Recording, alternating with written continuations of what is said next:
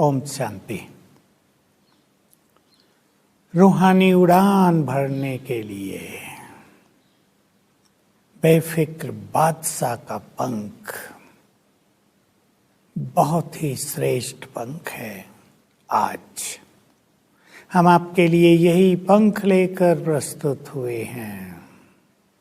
तो आइए बन जाइए बेफिक्र बादशाह। संसार में तो लोग फिक्रों में, चिंताओं में जीवन जी रहे हैं। जिससे बात करो सबके पीछे कोई ना कोई चिंता लगी हुई है।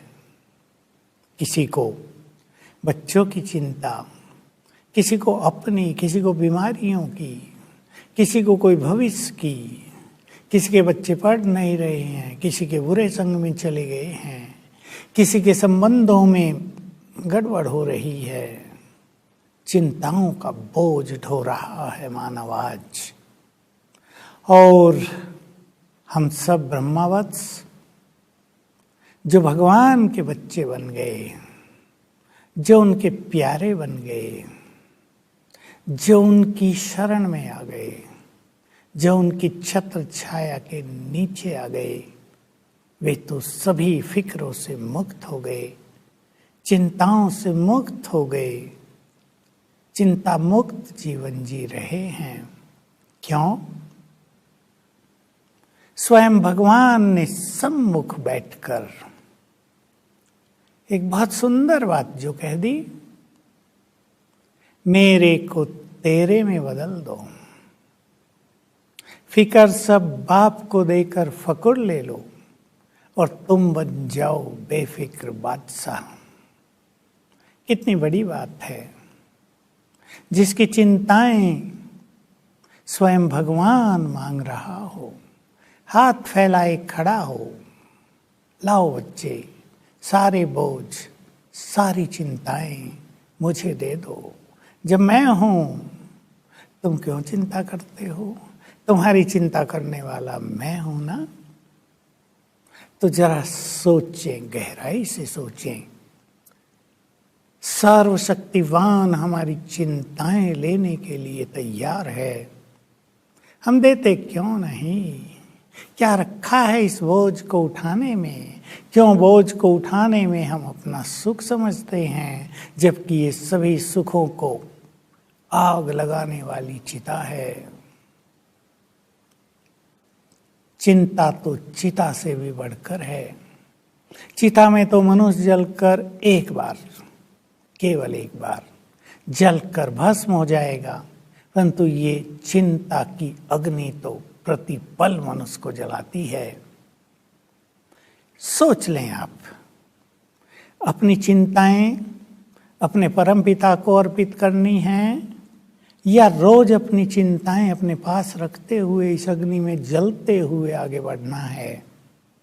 ये हमारे मन की शक्तियों को जलाती हैं, ये बौद्धिक क्षमता को नष्ट करती हैं, ये शरीर पर बहुत बुरा असर डालती हैं, ये संबंधों में भी बहुत निगेटिविटी ले आती हैं। चिंताग्रस्त व्यक्ति दूसरे से व्यवहार भला कैसा करेगा? तो जब भगवान मांग रहा है, जो सबकी चिंता हरने वाला है, तो हम अपनी चिंताएं उसे दे दें। मेरे को तेरे में बदल दें। मेरी जिम्मेदारी, मेरा परिवार, मेरे बच्चे, मेरे इस काम की जिम्मेदारी, मुझे ये करना है। इस कार्य में बड़ी मुश्किलातें हैं, ये कार्य तो बहुत भारी है, कैसे मैं कर पाऊंगा। अब इन मेरे संकल्प को तेरे में बदलें। भगवान का हमने हाथ पकड़ा है और वो स्वयं कह रहा है मुझे दे दो। तो जिम्मेदारियों के लिए संकल्प करें। हे शिव बाबा, संभालो ये जिम्मेदारी। मैं तो आपकी संतान हूं, मैं केवल निमित्त हूं, आपको ही करना है। कोई चिंता हो गई हो, हे शिव बाबा अब इसे ठीक कर दो।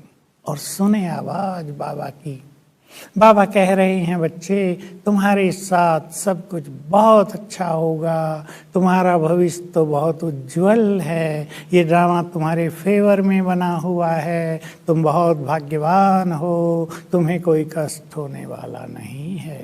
उसकी आवाज़ सुना करें। तो मन की चिंताएं, बच्चों की चिंता है, बाबा को अर्पित करें। आज तक हजारों के अनुभव हो गए हैं।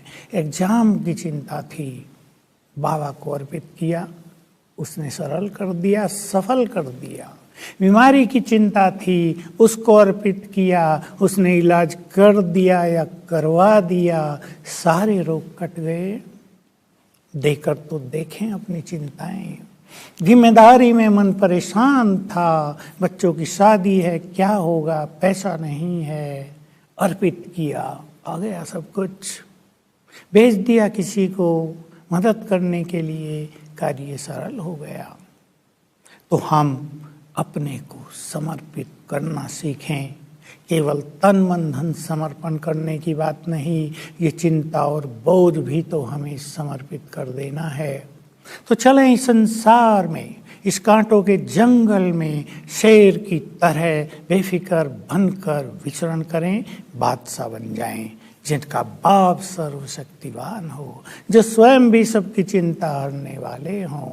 वे भला चिंता की अग्नि में क्यों जलेंगे? सोच लें। हम इस देव देवियां हैं, भक्त हमारे मंदिरों में जाते हैं, हे प्रभु हमारी चिंता हरो, वो चिंताओं से मुक्त हो जाते हैं। हमें भला चिंता कहाँ से आई? तो चिंता करने की यदि आपको आदत है, बोझ लेने की यदि आपको आदत है, तो जरा अपने को अंतर्मुखी होकर चेक कर लें। क्या हाल है हमारा? क्यों हमने ये आदत पाल रखी है? क्यों छोटी छोटी बातों की हम चिंता करते हैं?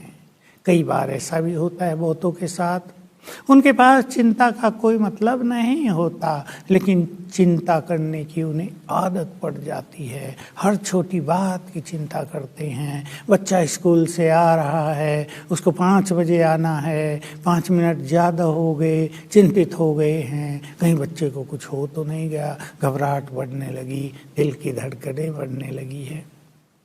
बच्चा आ जाता है हंसते खेलते। चिंता करने की आदत, ये बहुत बड़ी कमजोरी है। हमारा निश्चिंत जीवन हर चीज़ को ठीक करता है, क्योंकि जब हम चिंताएं करते हैं तो हमसे नेगेटिव एनर्जी उन चीज़ों को जाने लगती है जिनके बारे में हम चिंता कर रहे हैं, और वो बात बिगड़ने लगेगी। यदि हमें उनको ठीक करना है तो हम हमेशा पॉजिटिव चिंतन करें। ना ये तो हमारा गुड फ्रेंड है, ये सब ठीक हो जाएगा, हमारे साथी तो स्वयं भगवान हैं, वो सब कुछ ठीक कर देगा, हमें चिंता करने की कहाँ ज़रूरत है। तो बेफिक्र बादशाह बन जाएं। टेंशन अपनी सारी अपने परमपिता को अर्पित कर दें। देखो इस जीवन को जीने का कितना आनंद आता है। बहुत सुंदर बात है इस अंतिम जीवन की। बाबा ने स्वयं कह दिया, मैं तुम्हारा साथी बन गया हूँ।